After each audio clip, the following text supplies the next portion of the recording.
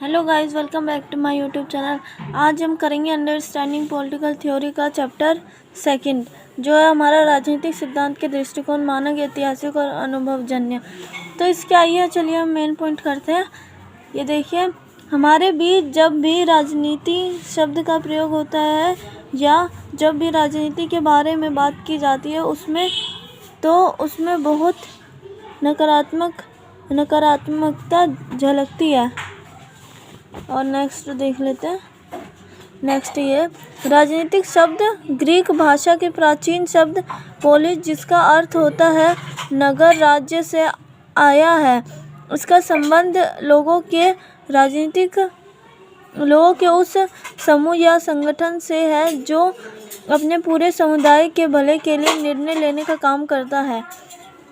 सिद्धांत शब्द ग्रीक भाषा के थ्योरिया शब्द से आया है, जिसका अर्थ होता है हमारे आसपास घटित हो रही घटनाओं को समझने की क्रिया से। इसलिए सिद्धांत को व्यवस्थित ज्ञान के लिए इस्तेमाल किया जाता है, क्योंकि हम रोज़मर्रा की ज़िंदगी में बहुत सी चीज़ों को समझते हैं या उनका अनुमान लगाते हैं, उनके बारे में विचार बनाते हैं। इसलिए सिद्धांत को व्यवस्थित ज्ञान के रूप में परिभाषित किया जाता है।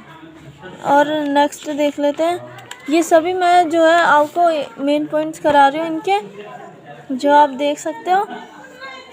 हमें निम्नलिखित कारणों से राजनीतिक सिद्धांत की आवश्यकता है। पहला, यह सामाजिक जीवन पर नियंत्रण रखती है, अर्थात समाज में उत्पन्न संकटों की समझ या उनके कारण की समझ हमारे सामने लाती है, जिससे समाज से हिंसा होने की स्थिति से बचा जा सकता है। दूसरा, इसका कार्य सामाजिक आलोचना और पुनर्निर्माण का भी है, क्योंकि राजनीतिक दर्शन सही गलत का निर्धारण करने में उपयोगी है। इससे सही समाज का निर्माण होता है।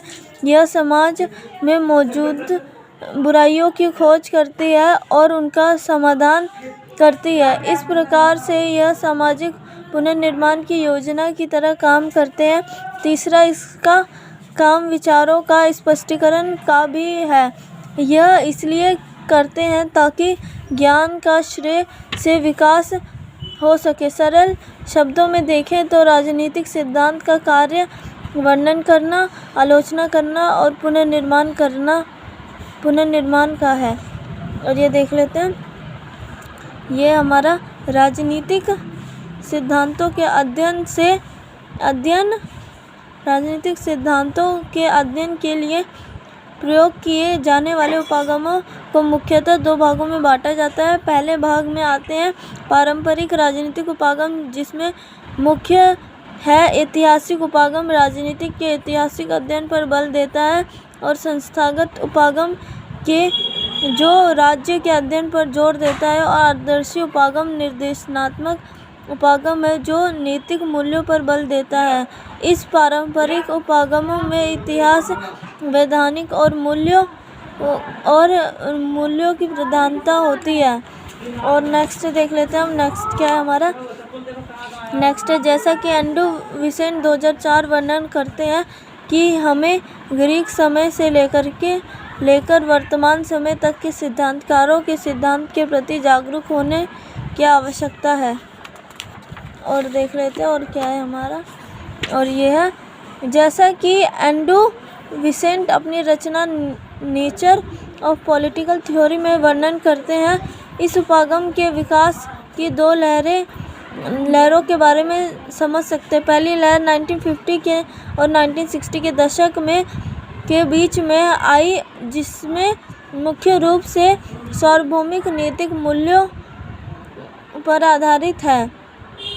दूसरी लहर 1970 के दशक से 1990 के दशक तक चली, जिसमें मुख्यतः क्विंटन स्किनर का योगदान रहा, जिसने लेखक के इरादे को जानने पर जोर दिया। उनका मानना था कि अगर वैचारिक निर्माण परिवर्तन की प्रक्रिया को जानना है तो बहुत सक्रिय ऐतिहासिक पूछताछ करनी होगी, ताकि उसके संदर्भ और स्किनर और स्ट्रॉन्स दोनों ही लेखक के आधिकारिक इरादों को महत्व देते हैं।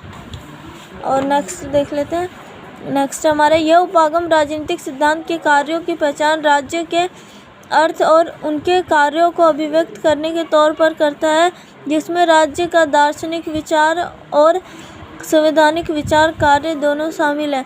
इस उपागम का उद्गम हीगेल और फिशे के कार्यों में देखा जा सकता है, जिसका मानना है कि अगर राजनीति को जानना है तो राज्य को जानो। राज्य को जानने के लिए उसके भीतरी आदर्शों को भी जानना होगा। विसेंट मानते हैं कि इस उपागम का विकास मुख्यतः जर्मनी, ग्रेट ब्रिटेन और उत्तरी अमेरिका में इसलिए हुआ क्योंकि वहाँ पर संवैधानिक अध्ययन को बढ़ावा दिया गया जो राजनीतिक संस्थाओं से सरोकार रखता था। यह जानने के लिए सबसे ज़रूरी बात यह है कि राज्य का जो सिद्धांत है वह एक जर्मन विचारधारा थी जो यूरोप के बाकी और उत्तर अमेरिका के समय के साथ साथ फैलती गई। लेकिन जैसा कि एंड्रू विसेंट वर्णन करते हैं कि 1950 के दशक से इस दार्शनिक आदर्शवाद में गिरावट आने लगी, खासतौर से यूरोप, जर्मनी को छोड़कर, और अमेरिका के देशों में। ऐसा इसलिए हुआ क्योंकि विश्व युद्ध के कारण अन्य सभी देश जर्मन विचारधारा पर संशय व्यक्त करने लगे।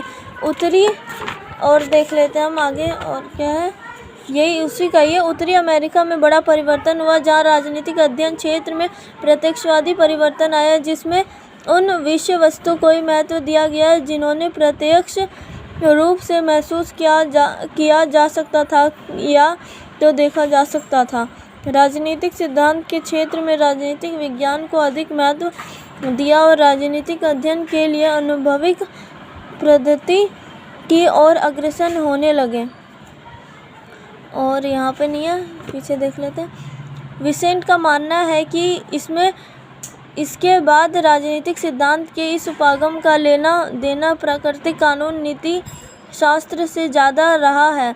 वह यह भी मानते हैं कि आधुनिक दर्शन की परंपरा इस को दार्शनिक आंदोलन अरस्तु, प्लेटोवाद, मध्यकालीन ईसाई धर्म से भी जोड़ सकते हैं।